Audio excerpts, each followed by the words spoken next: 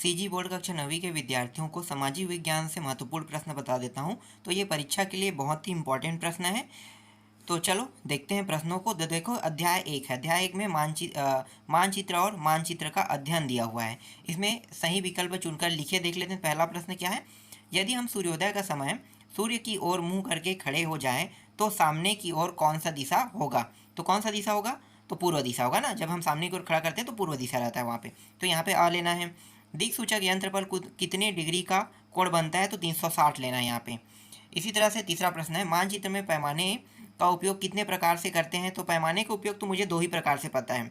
इसके अलावा अगर आपको पता होगा प्रकार तो आप इसके अलावा अधिक ले सकते हो, क्योंकि पैमाना में हम जिस भी मान को मानते हैं तो इसको छोटा और बड़ा करते हैं ना, तो उसी के लिए उपयोग करते हैं। ठीक है, आगे देखो। दीवार पर लगे मानचित्र में उत्तर दिशा किस तरह होगी। तो दीवार में लगे जो मानचित्र है उसमें उत्तर जो दिशा है वो ऊपर की ओर होगी, तो ऊपर लेना है। ठीक है, देखो भौगोलिक में अलग होता है दिशा और चित्र में जो नक्शा होता है उसमें अलग होता है। चित्र में ऊपर की ओर उत्तर दिशा होता है, जबकि भौगोलिक में देखोगे तो पूर्व सूर्य की ओर होता है, पश्चिम जहाँ पे डूबता है उसे कहते हैं। और हिमालय पर्वत जिस साइड में भारत, ठीक है, तो हिमालय पर्वत जो है वो उत्तर में है। तो इस तरह से भौगोलिक देखोगे तो अलग दिखाई देगा, लेकिन आप नक्शा में देखोगे तो नक्शा में आपको ऊपर की ओर लेना है। जो नक्शा बनाते हैं उसे क्या कहते हैं। तो यहाँ पे कर्मवीर अग्निवीर, तो मैंने कर्मवीर अग्निवीर तो नहीं सुना है, हो सकता है नक्सानविश हो सकता है यहाँ पे उत्तर। ठीक है, नक्सानविश ले सकते हो। इसी तरह से रिक्त स्थानों की पूर्ति कीजिए। भौगोलिक उत्तर के अलावा एक और उत्तर दिशा होता है। ठीक है, भौगोलिक उत्तर के अलावा एक और उत्तर दिशा होता है, नक्शा उत्तर। ठीक है, नक्शा में होता है ना, तो नक्शा उत्तर बोल सकते हो उसे। मानचित्र को वास्तविक दिशा में रखकर पढ़ने की क्रिया को खाली स्थान कहते हैं। तो मानचित्र को वास्तविक दिशा में रखकर पढ़ने की क्रिया को क्या कहते हैं, ये मुझे याद नहीं आ रहा। चलो आगे देखते हैं। मानचित्र बनाने की कला का विकास सर्वप्रथम भूगोल वेताओं ने किया है। तो इसका उत्तर क्या होगा, इसका भी उत्तर मुझे पता नहीं है, इसे ढूंढना पड़ेगा। देखो जो बुक है उसमें मैंने पूरा बुक पढ़ा है, तो वहाँ पे सटीक उत्तर नहीं दिया था बुक में, जबकि बुक से ही प्रश्न है ये, और दिया है तो बहुत ज़्यादा पढ़ना पड़ रहा था, इसलिए मैंने ना सभी प्रश्नों को उत्तर ढूंढना बंद कर दिया। ठीक है, आप लोग देख लेना, क्योंकि आप लोगों ने बुक पढ़ा है तो आप लोगों को पता है कि इसका उत्तर क्या होगा। वास्को डी गामा दक्षिण अफ्रीका के खालिस्तान से होकर भारत पहुंचा था। इसके अभी बारे में कोई जानकारी नहीं है वहाँ पे सिर्फ अफ्रीका के बारे में है, और वो कुछ बहुत लंबा लंबा जगह बता रहा था, मैं भूल गया नाम क्या है। वहाँ से वो, ठीक है आगे देख लेना। विभिन्न ऊंचाई वाले दो समुच्चय रेखाएं एक दूसरे को नहीं काटती है ना, तो वही काटती होने चाहिए, नहीं काटती है। मानचित्र किसे कहते हैं, मानचित्र कितने प्रकार के होते हैं। तो मानचित्र के 3 प्रकार होते हैं। और मानचित्र किसे कहते हैं, किसी आकृति को पेपर में ड्रॉ करना या पेपर में उतारना क्या कहलाता है, मानचित्र कहलाता है। और मानचित्र के 3 प्रकार होते हैं, तीनों प्रकारों को बताना है। संकेत से क्या तात्पर्य है, स्पष्ट कीजिए। नक्शा के माध्यम से जो हमें जानकारी मिलता है उसी के हिसाब से हम दिशाओं को पता लगाते हैं, उसे हम क्या कहते हैं, संकेत कहते हैं। समझ में आ गए, जैसे कि दिक्सूचक यंत्र। समोच्च रेखा किसे कहते हैं, समोच्च रेखा की विशेषता के व्याख्या कीजिए। तो समोच्च रेखा, इसका उत्तर क्या होगा, चलो मैं इसे नहीं जानता हूँ। रूढ़ चिन्ह, जैसे रूढ़ चिन्ह के बारे में मैंने बताया था, तो मंदिर, गिरजाघर, बस्ती, कब्रिस्तान, पेड़, घास कैसे दिखाई देता है, आपको आपके बुक में वो आकृति मिल जाएगा। मानचित्र में पैमाने को पार कितने प्रकार से करते हैं। तो मानचित्र में मैंने 2 बोला था ना, तो 2 ही होना चाहिए। अगर इसका उत्तर आपको गाइड में ना मिले, ठीक है, 2 तो मैंने बोला था, तो 2 के अलावा और हो सकता है तो आप 3 भी ले सकते हैं, लेकिन एक बार देख लेना। ठीक है, 13वीं शताब्दी में मानचित्र का विकास किस प्रकार हुआ, इसके बारे में कोई भी जानकारी आपको मैं नहीं दे पाऊंगा। ठीक है, इसका उत्तर आपको गाइड से मिल जाएगा, क्योंकि इसका उत्तर बहुत लंबा चौड़ा है। संसाधनों की खोज नक्शे की मदद से किस प्रकार की जा सकती है। बिल्कुल संसाधनों की खोज की जा सकती है, जैसे कि पेड़ पौधे होते हैं ना, वो क्या संसाधन है। वास्को डिगामा के यात्रा का वर्णन करो। तो कहाँ कहाँ से कैसे कैसे आए, यही जानकारी आपको बताना है। तो वही होगा वास्को डिगामा का यात्रा, और वो भारत कैसे पहुँचे। इसके बाद मैं आपको दिखाता हूँ अध्याय 2। अध्याय 2 में देखो, अध्याय 2 में भारत एक सामान्य परिचय दिया हो। इसमें रिक्त स्थान दिया है, तो रिक्त स्थान में देखो ये सभी प्रश्न दिए हुए हैं। जैसे समुद्री तट प्रदेश के लोग खालिस्तान पर आधारित व्यवसाय करते हैं। तो समुद्र के जो तट में रहने वाले लोग हैं वो मछली का पालन करते हैं, पता होगा, तो मत्स्य पालन बोल सकते हो, या मछुआरों का जो काम होता है उसके बारे में आपको बताना है। ठीक है, इस पर आधारित व्यवसाय करते हैं, मछली पर आधारित व्यवसाय करते हैं बोल सकते हैं।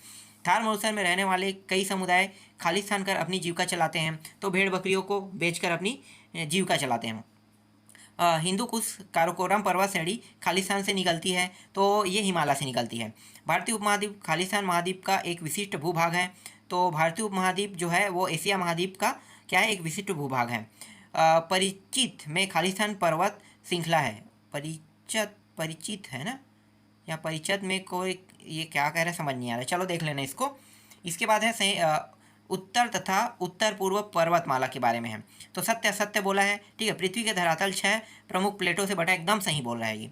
पृथ्वी के बाहरी आवरण वायुमंडल है, पृथ्वी के बाहरी मंडल में बाह्य मंडल है, वायुमंडल नहीं है। वायुमंडल तो अंदर में है ना, तो ये असत्य है। हिमालय से बहने वाली नदियों में वर्ष भर पानी रहता है, ये सत्य है। जो हिमालय जैसे गंगा नदी है, वर्ष भर पानी रहता है, क्योंकि वहाँ पे जो पहाड़ सॉरी पहाड़ बोल रहा था, क्या कहते हैं, बर्फ़ है। बर्फ़ बार बार ना मतलब गर्मियों के मौसम में पिघलते रहता है, इसलिए वर्ष भर पानी रहता है, ठीक है।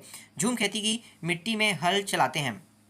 झूम खेती की मिट्टी में हल चलाते हैं, नहीं, झूम खेती का मतलब ये नहीं होता है। झूम खेती का मतलब होता है कि एक बार खेती करने के बाद, जब एक बार खेती कर लेते हैं, उसके बाद क्या होता है कि लगभग 2-3 साल तक वो खेती कर सकते हैं। जैसे ही उसकी उर्वरक क्षमता खत्म हो जाता है तो उसको छोड़ के दूसरा जगह जाते हैं, इसे झूम खेती कहते हैं। तो यहाँ पे गलत बोला है, मिट्टी पे हल चलाते हैं, तो यहाँ पे क्रॉस कर दो, ठीक है। कश्मीर मतलब असत्य कहना है। कश्मीर की राजधानी श्रीनगर है, ये सही है।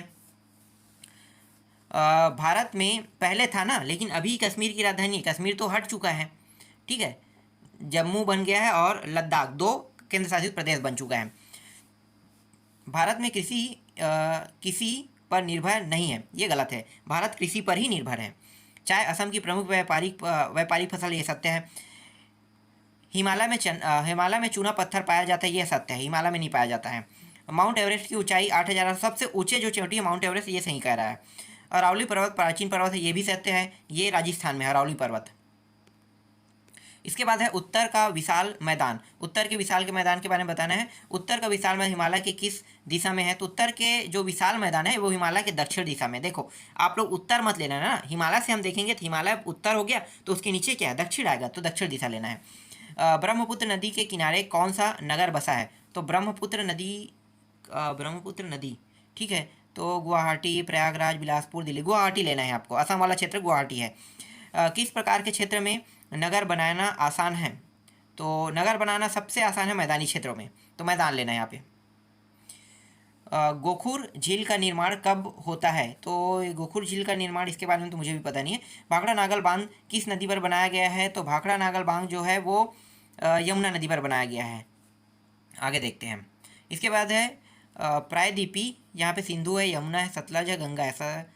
सतलज होगा यहाँ पे, 1 मिनट, यहाँ पे कुछ गलती हो रहा है, इसको ना इंटरनेट में सर्च मार लेना, पता चल जाएगा, ठीक है। आगे देखते हैं। प्रायद्वीपी पठार, समुद्र तटीय मैदान और द्वीप समूह, तो यहाँ पे फिर से सही विकल्प आ रहा है। 2.4 से प्रश्न है ना, मतलब अध्याय 2 अध्याय 3 एक ही बार में मैं सारे प्रश्न बता रहा हूँ, और ये सब के सब प्रश्न वार्षिक परीक्षा के लिए, अर्धवार्षिक परीक्षा के लिए बहुत ही महत्वपूर्ण है, इसलिए मैं आपको बता रहा हूँ, ठीक है। क्योंकि बहुत ज़्यादा प्रश्न आपको नहीं पढ़ना पड़ेगा, बहुत कम पढ़ना पड़ेगा, और जैसे ही पेपर बोर्ड के द्वारा बनाया जाएगा तो आपके लिए बहुत आसान हो जाएगा कि इन प्रश्नों का उत्तर याद करना और समझना, ठीक है। क्योंकि बोर्ड पेपर देगा तो यही प्रश्न आएगा, इसलिए आपको इसे अच्छे से तैयारी करना है। हाँ, कोलार स्वर्ण क्षेत्र किस प्रांत में है, तो कोलार जो है वो कर्नाटक में है, कर्नाटक लेना है यहाँ पे। प्रायद्वीपी पठार का ढाल किस ओर है, तो प्रायद्वीपी पठार का जो भारत है वो पूर्व की ओर है, ठीक है। तो यहाँ पे पूर्व लेना है, यहाँ पे पूर्व दिया है क्या, नहीं दिया है। दक्षिण पूर्व दिया है, दक्षिण, हाँ ठीक है, दक्षिण पूर्व ले लेना है। पूर्व दिया है लेकिन दक्षिण पूर्व लेना है यहाँ पे। भारत का सबसे बड़ा तेल क्षेत्र कहाँ है डिगबोई, कहाँ पे है भाई, डिगबोई ये रहा, ठीक है, ये है तेल क्षेत्र। अभी डिगबोई है कि मुंबई हो गया है, मुझे भी थोड़ा सा कन्फर्म नहीं पता है, मुंबई तो है ही, पर डिगबोई लेना। चलो कटुरम क्या है, कटुमरम, ठीक है, कटुमरम का उपयोग किया जाता है, तो मुझे भी नहीं पता क्या होता है कटुमरम। जल संरक्षण दिवस मनाया जाता है। जल संरक्षण दिवस मुझे याद है कि नहीं याद है यार, 1 मिनट। जल संरक्षण दिवस के बारे में मुझे भूल रहा हूँ। 5 जून तो पर्यावरण नहीं, 5 जून क्या है, ठीक है, 5 जून पर्यावरण दिवस है। 30 अप्रैल, 15 जून नहीं, पर्यावरण दिवस, जल योग दिवस 21 जून है क्या, 15 जून, ठीक है। इसको देखना, थोड़ा सा मुझे सोचना पड़ रहा है तो समय लगेगा, सोच के बताऊंगा, तो ठीक है, इसको देख लेना। चित्रकूट जलप्रपात को एशिया का खालिस्तान कहते हैं। चित्रकूट जलप्रपात जो एशिया का सबसे चौड़ा जलप्रपात है, ठीक है, तो चौड़ा जलप्रपात बोल सकते हो, एशिया का चौड़ा जलप्रपात है। समुद्र के जल स्तर में हमेशा खालिस्तान होता रहता है। मतलब ये क्या बताना चाहता है, समुद्र के जल स्तर में हमेशा वृद्धि होते रहता है, कहना चाहता है कि वृद्धि लेना है। तो फिर पृथ्वी पूर्वी तटीय मैदान की उत्पत्ति खालिस्तान क्रिया से होता है। पूर्वी तटीय मैदान की जो उत्पत्ति है वो एक मिनट, पूर्वी तटीय मैदान की उत्पत्ति हिमालय से तो हो रहा है क्या? हिमालय के एरिया में पा रहा है पूर्वी तटीय भारत के, लेकिन क्या बोल रहे हैं ये भी नहीं पता चला। चलो आगे देखते हैं। ताजमहल के लिए संगमरमर खालिस्तान से लाया था, ये प्रश्न आपको इंटरनेट में मिलेगा। राजस्थान की चांद बावड़ी खालिस्तान की अद्भुत मिसाल है। बावड़ी जो बनते हैं, जो तालाब है ना, उसी को बावड़ी कहते हैं। ठीक है, राजस्थान में देखना वहाँ पे कई जगह से सीढ़ी रहते हैं, उसे बावड़ी कह दिया जाता है, तालाब जैसे रहता है। ठीक है, आगे देखते हैं। 2 अंक के प्रश्न देख लेते हैं। घाट का क्या अर्थ है? घाट का अर्थ क्या है? जिस जगह से आप पानी भरते हैं उसे घाट कहते हैं। या आप ये कह सकते हो कि नदी के वो किनारे जहाँ से पानी भरा जाता है उसे घाट कहते हैं। ये ज़्यादा ऑथेंटिक उत्तर है। इसी तरह से कुटुमसर गुफा क्यों प्रसिद्ध है? कुटुमसर जो गुफा है वो बस्तर जिला में है ना। बस्तर है कि दंतेवाड़ा, यार बस्तर में होना चाहिए। ठीक है, बस्तर जिले में है। तो बस्तर जिले में जो अंधी मछली है ना, अंधी मछली के कारण वो कुटुमसर गुफा बहुत फेमस है।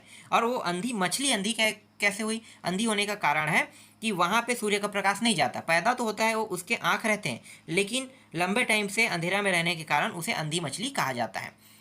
दक्कन के पठार में काली मिट्टी का निर्माण कैसे हुआ है? दक्कन के पठार में काली मिट्टी का निर्माण जो है वो ज्वालामुखी के उद्गार से हुआ है। आग्नेय सेल का निर्माण किस प्रकार होता है? तो आग्नेय सेल का निर्माण भी ज्वालामुखी के उद्गार से ही होता है। केंद्रित सेल किसे कहते हैं? जो नीचे में पाया जाता है, ठीक है, भूमि के जो ऊपरी हिस्सा होता है उसके नीचे हिस्से में पाया जाता है, उसे केंद्रित सेल कहते हैं। रूट ऑफ इंडिया का आशय स्पष्ट कीजिए। ये मुझे नहीं पता। किन महीनों में अधिक मछली पकड़ी जाती है?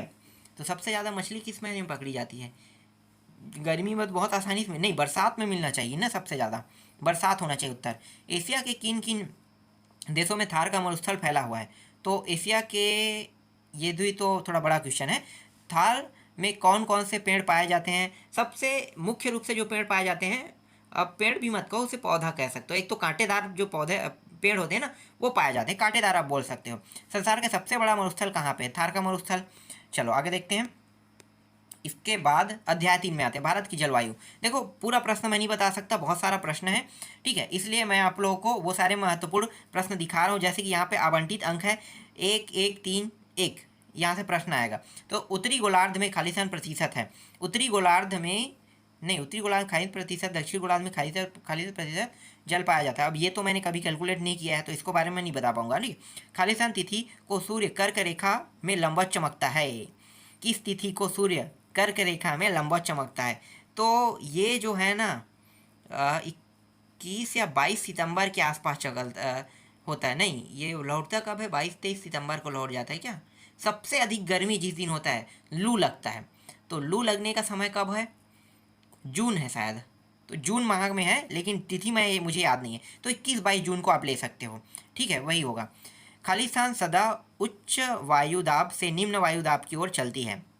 हवा, आगे देखते हैं। दिन में बहने वाली गर्म हवाओं को खालिस्तान कहते हैं, लू कहते हैं। धरातल पर जैसे जैसे ऊंचाई पर जाते हैं खालिस्तान घटता है, तापमान। मौसम किसे कहते हैं? मौसम, जलवायु और मौसम किस प्रकार भिन्न है? मौसम, अब मौसम का मैं कैसे बताऊं?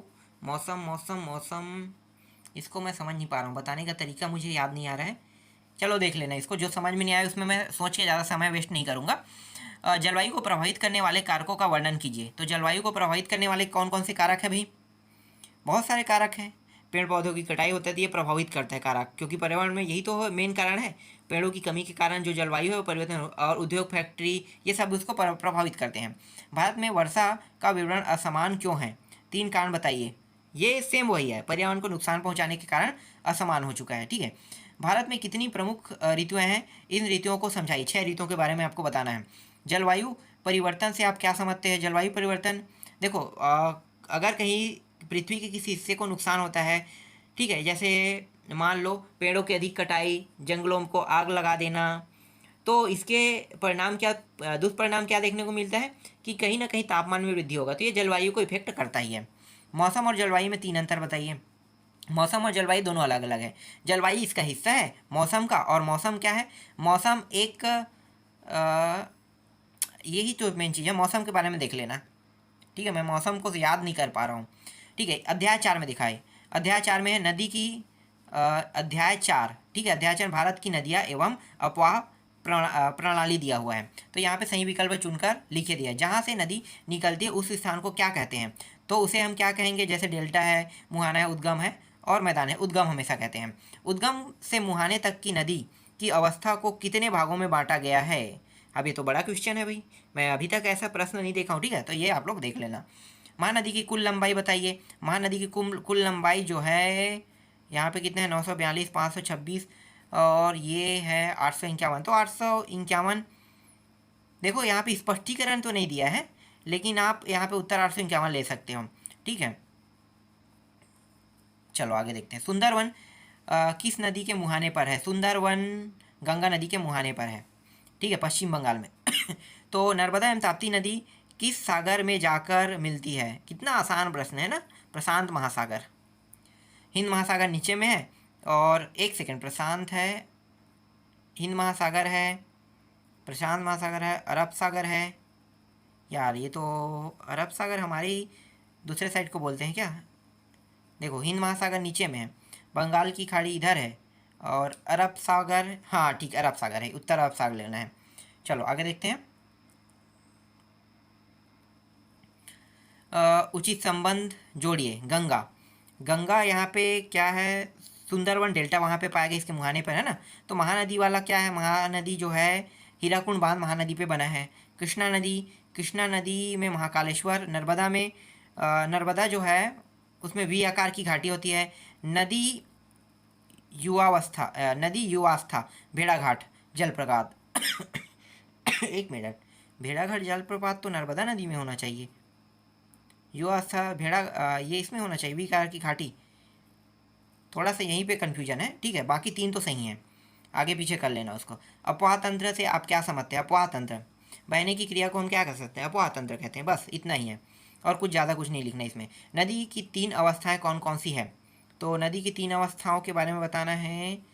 भूमिगत जल का आशय स्पष्ट कीजिए। प्राचीन काल में महानदी को किन किन नामों से जाना जाता है, ठीक है, वही मंदाकिनी और क्या क्या 2-3 नाम है इसी तरह से हैं। आगे देखते हैं। सिंधु जल समझौता किन किन देशों के बीच हुआ।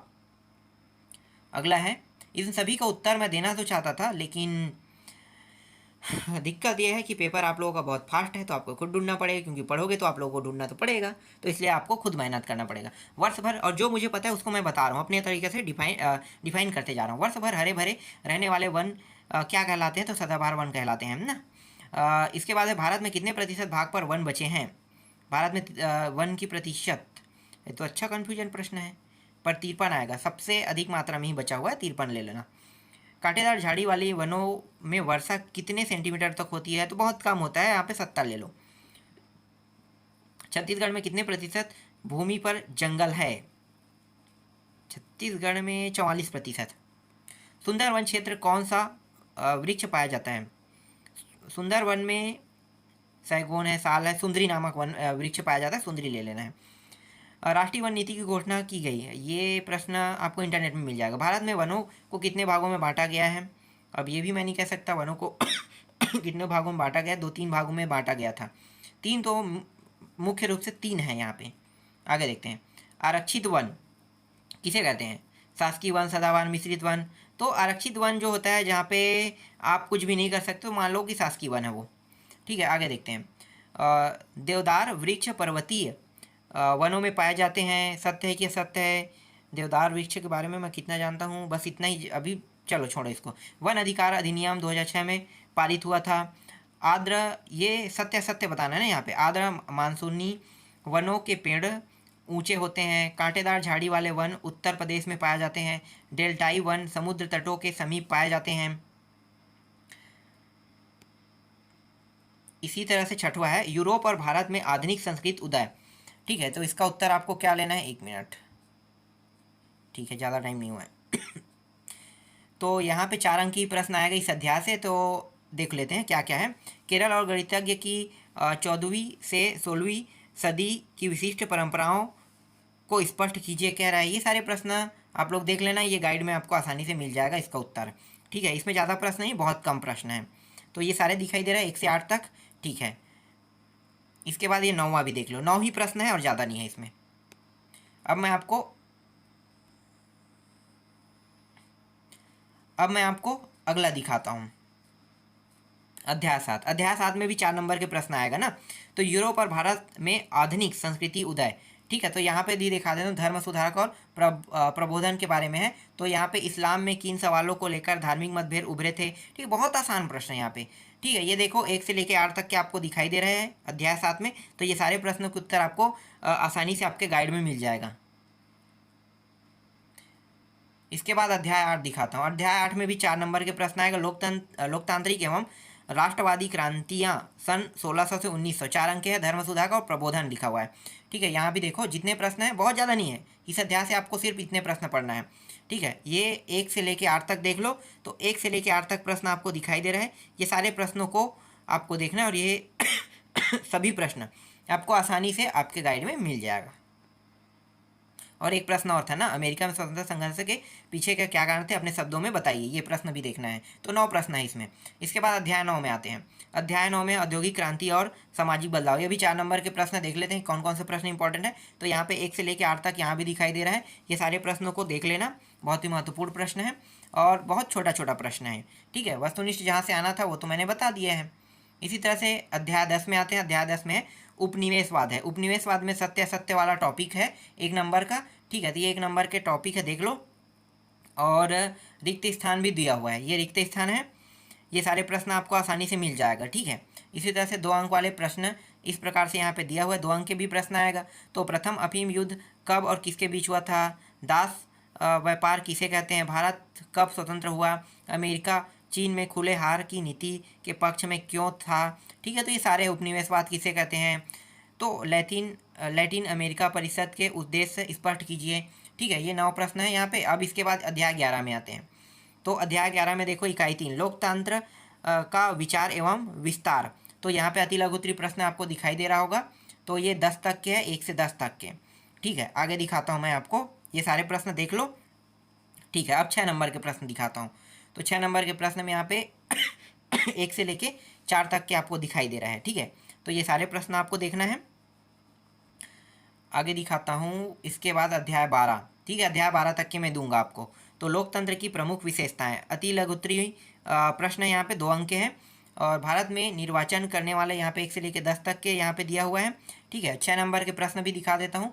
तो 6 नंबर के प्रश्न यहाँ पे सिर्फ 4 प्रश्न हैं, ठीक है। तो इस तरह से अध्याय 12 तक मैंने आप लोगों को अर्धवार्षिक पेपर के लिए बहुत सारे महत्वपूर्ण प्रश्न दे दिया।